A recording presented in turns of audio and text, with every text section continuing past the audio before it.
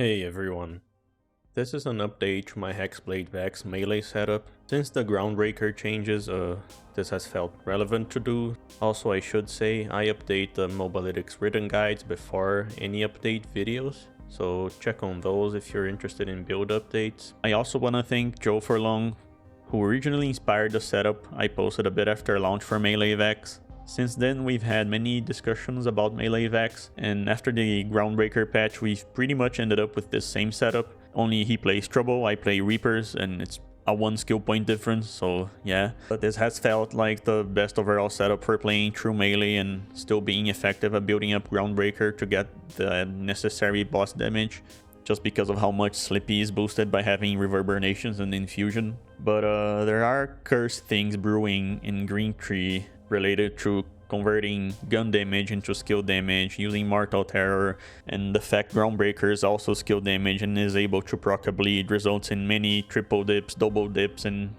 other dips that end up being the biggest bleeds in the game. We've been messing around with that a bit in the soup kitchen, so join if you're interested. So let's get into our skill trees. Since skill damage sources do not feed Groundbreaker anymore, we have abandoned Cursed Blade and Haruspex, unfortunately. I'm not even gonna give many opinions on that though, because it's clear that melee is an afterthought in this game, and its future looks grim and face punchy, if you know what I mean. Either way, we are abandoning these skills in favor of pure Slippy damage and better Groundbreaker stacking, which is ironic, I guess. The Groundbreaker changes just further pigeonholed the melee builds into more Groundbreaker. Regardless, the principle stays the same. We grab Fell Inscriptions. The melee boost from this applies twice to the Reapers, once to Vex. We also grab Sanguine Fiends. That helps a lot during mobbing for the Reapers, so you can sustain a pack of them for a long while. We then grab Grave Fiends. This is nice mobbing damage, and alongside Blood Sacrifice it can help a bit during bossing if minions end up getting nuked. You could just ignore Blood Sacrifice and grab this maxed. I think it's worth having Blood Sacrifice. Then we max Recurrence. The melee damage from this only applies once to the Reapers and once to Vex. We can also feed back half of this gun damage back as skill and melee damage through our specializations. The Reaper melee attacks and Vex's melee attacks can stack this. And of course, Reverberations. This is one of our primary damage sources. It effectively acts as a multiplier to our damage. It is actually skill damage, not melee damage. This is another case of misleading card description, but yeah, it is not actually melee damage, it just triggers on melee damage. And with it being skill damage, it no longer feeds Groundbreaker, but it can trigger on Groundbreaker. It can also trigger on Infusion. The What's for Dinner bonus shock damage also gets its own Reverberations. Since Groundbreaker itself is actually skill damage, when this is applied to Groundbreaker, it is effectively a double dip of skill damage. For Capstone, we get Grim Reaper. You can open combat with this and rely on killing the tethered enemies to get Reaper spawns. Soon enough, you should have a pack of Reapers with you that you can sustain through Sanguine Fiends and Hellish Harvest. And then after that pack dies is when you actually start using your Deadringer charges. Of course, this is mostly a general tip, you can play however you want, I'm just giving you an effective strategy to use. We grab Hellish Harvest for our augment.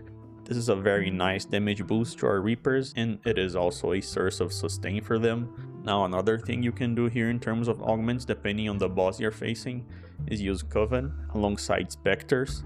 This gives you a lot of crit chance for Slippy, and Slippy will be getting triggers of Reverberations, Infusion, Reverberations on Infusion, Reverberations on the What's for Dinner shock, and some other things that go on. So, and all of that can crit, and the crits can double dip and then triple dip. When you eventually do your Groundbreaker after this, it can also crit because of the increased chance from Coven more reliably. And then whatever triggers on that Groundbreaker can also crit again. So you get the picture of what can happen here. It is an option you have for certain bossing. Now for our red tree, Blood is Magic is actually skill damage, and therefore it will be boosting many of the things we do here. Hasty Fiends we grab for the overall utility. It'll also pair nicely with the shocking attunement we have down there later. This also helps the Reapers act a bit more reliably in terms of AI, just through the movement speed. It's not gonna really solve anything. They're not very smart, but we don't really have a better choice here anyway. Overprotective just to move down the tree. Claw and Bang is another skill of insane value. The melee damage from this will apply twice to the Reapers and once to Vex. And then for Sleepy, it'll be getting the melee damage and the ordnance damage, so that's a lot of soup for Sleepy. Down here you have a choice between Shocking Attunement and Grave Current. Grave Current mainly gets used on mobbing. It's pretty cool, but it's also a skill source, which means it won't be fitting Groundbreaker.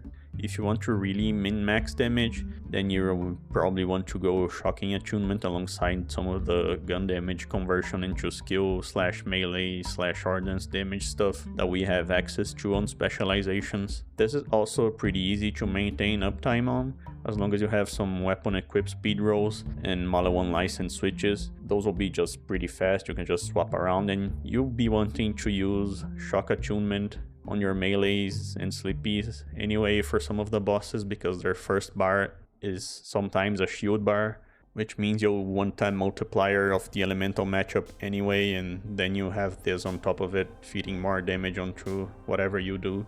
And finally we have Infusion. This skill has a 15-second duration, which is very long. Since we'll be using the triple bypass as a rep kit, it is also very lenient, and you can pick the element for this based on your current attunement from Phase Covenant. You'll be getting a 32% bonus element of that type. This bonus element will get its own reverberations, it'll get its own what's for dinner shock on that reverberations, it'll get some other things happening, it'll apply itself to Groundbreaker and do that all over again on Groundbreaker itself. So things like this, reverberations, and the what's for dinner shock pretty much act as effective multipliers to our damage, which ends up being quite ridiculous. Now I should say there's no recursive behaviors happening here, there's just a lot of interactions, but they are not infinite, they do not build upon themselves infinitely, so no glitches or exploits. It's just a bunch of cool things interacting with each other. As for our specializations, I'd say the overview here is that as long as you kind of have a vague idea of what you're doing, you can really go wrong. So I'll just show you some of the things I like. I enjoy using the best defense just because its universal boost will be consistent for our double and triple dips that end up happening. I also enjoy I Am a Gun alongside Bear Arms for that gun damage conversion, especially since we have the Shocking Attunement, which is easy to maintain. And then finally, of course, Groundbreaker. Groundbreaker itself is a skill damage source, but it also deals melee damage. It'll be attuned to Vex's current element from Phase Covenant, so Vex has access to elemental multipliers on Groundbreaker, and then that Groundbreaker will get its own infusion, it'll get its own reverberations, it'll get its own what's for dinner shock. The infusion on this Groundbreaker will get its own reverberations, and so on. This thing can hit a bit hard on Vex, and we stack it through Sleepy mainly. Now another thing I like to do here is swapping Bear Arms and I Am a Gun for a Honed Mind and Fragmentation Payload. If you have crit chance rolls on your gear, like melee crit chance or skill crit chance, even ordnance crit chance, the damage boost from these two can become increasingly consistent. And there's also very weird things going on with Frag Payload. I'll just say it's very cursed in a beneficial way rather than trying to explain it, because it's kind of a cesspit of spaghetti. And then a Honed Mind's crit chance will affect Groundbreaker and reverberations, as will any other skill crit chance. So that's another combination of specializations you can try running. And finally, there's another interaction worth mentioning with Tripwire. You can cancel cast Deadringer summons. So you press to summon, so you press the action skill button but do not summon anything, and just press it again just to cancel it, and that'll trigger Tripwire every time. And that's a way to get Sleepy's back. You can pair that with caffeine to get charges on your Deadringer back and keep doing this. It can be a bit janky sometimes, but it's pretty fun. Of course, you lose some damage on grabbing these two things, but you get more overall sleepy charges, so it's fun. Either way, these are the specialization options I've played around with and recommend. As for our weapons and gear, the principles stay the same, since Vex has access to elemental multipliers on her melee due to Phase Covenant. You want a combination of weapons that cover enemy elemental weaknesses so you can swap between them, and if you care, you can also bring a powerful weapon just to help you get back up in case you get downed. That's up to you though, depends on how far you want to take the true melee thing. I have here 3 Stelliums, but these can be any weapons with the MALIWAN license switch, just for elemental coverage. As for our rep kit, triple bypass with enrage or hard hitter are our main choices. I tend to prefer enrage just because the all damage has universal application and feeds into our double and triple dips, so that ends up an actually higher boost than the melee damage from hard hitter. For ordnance, Sleepy of course. I like the crit variant more currently, but maximum charge is also good just for consistency and sometimes longer fights or multiple phases of a boss, since the extra charge can come in handy. But for bursting, I've been liking this just because it's fun, although the total damage you might get from a third Sleepy is probably more, so there's some nuance there, but either way they are both good choices. The nuke variant of Sleepy is also very good. I don't have one on me right now, but I'm aware of how good it is. Just be careful with the splash radius it has so you don't get downed. Sleepy is our main source of feeding Groundbreaker because of it being an ordnance source, even though it does melee damage, so it can stack Groundbreaker, and when we apply the What's for Dinner shock to it, that also inherits the ordnance source alongside some of the other stuff we're doing, so this grenade is extremely useful here. For class mod, I've been favoring Fire Dancer with as much reverberations as you can find. Reverb being one of our primary damage sources, boosting it means a lot more damage, so that's an easy grab. As for stat rolls, any of melee damage, skill damage, melee crit chance, skill crit chance, and even ordnance crit chance can be useful here. And for other class mod choices, we do have Teen Witch still. Here you'd want as much Blood is Magic as possible with the rest incorporeal, and the stat rolls will be the same, but you only get one of them, of course, since it's a legendary class mod. I do think with the addition of What's for Dinner, the use cases for Teen Witch get severely hampered, but it still has nice applications with the heavyweight shield. And speaking of shields, this is one of the main gear changes we're making. We're favoring What's for Dinner because of its bonus shock damage inheriting the source type when applied to things. So like I said, when applied to Sleepy, it'll be considered Ordnance Source and will feed Groundbreaker. It is also a great damage boost by itself in terms of the shock damage, because it'll be applying to many things including Groundbreaker, but Heavyweight's still a nice choice, especially for mobbing if you pair it with Teen Witch. Get the Missile Swarm rolls, and those will actually stack Recurrence and will feed Groundbreaker, since they are considered a gun source, so that's pretty cool. But yeah, overall it loses out to What's for Dinner, especially because the 100% melee damage boost does not apply to Sleepy, even though it consumes the armor. It just does not apply the boost. The 50% while empty does, but that's just soup, of which we have a lot of already. So yeah, the What's for Dinner has been the favored choice here for in terms of melee shield. Make sure to get the Siphon rolls on it for better consistency.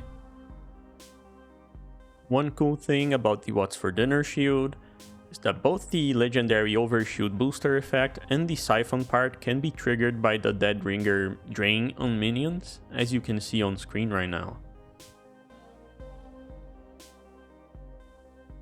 As for enhancements, these still don't have that many applications for melee. I know about the Transfuser tech, but it's not that easy to use on Vex on this setup, so it doesn't really matter which enhancement effect you get here. I still just use Mixologist or the Transfuser, but it's kind of whatever. The main thing you're looking for here actually are the stat rolls. You want gun equip speed and possibly gun type equip speed. Those stat can also affect how fast you can switch between firing modes on the MALIWAN license switches. Not to mention they also affect melee recovery speeds. So after you perform a melee attack, these will affect how fast you can do another melee. It's a bit of an inconsistent thing sometimes, and it depends a bit on weapon type, I think, but it's something that happens. Also, kind of avoid bladed weaponry in general.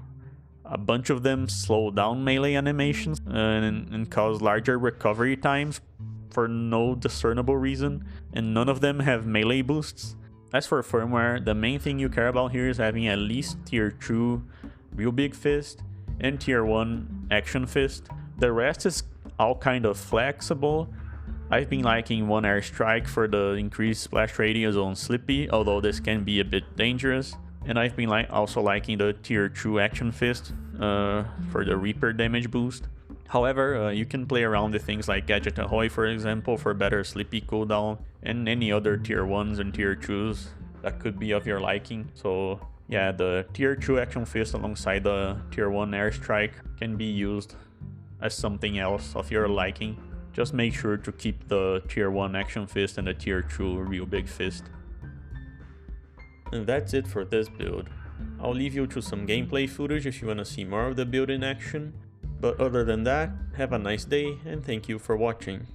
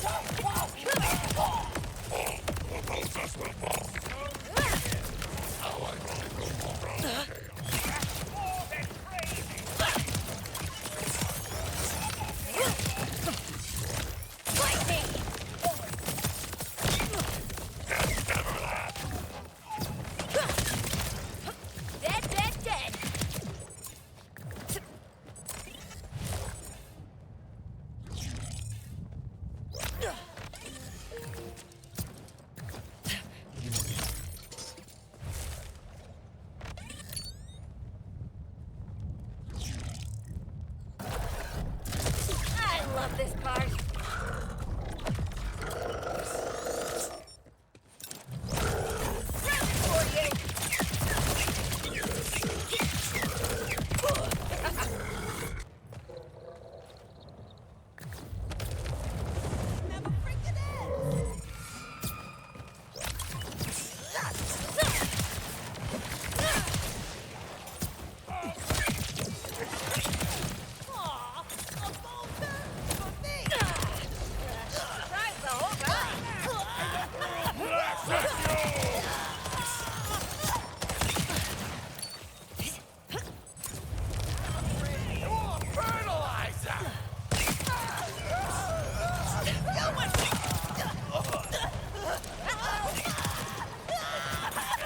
Worse out here!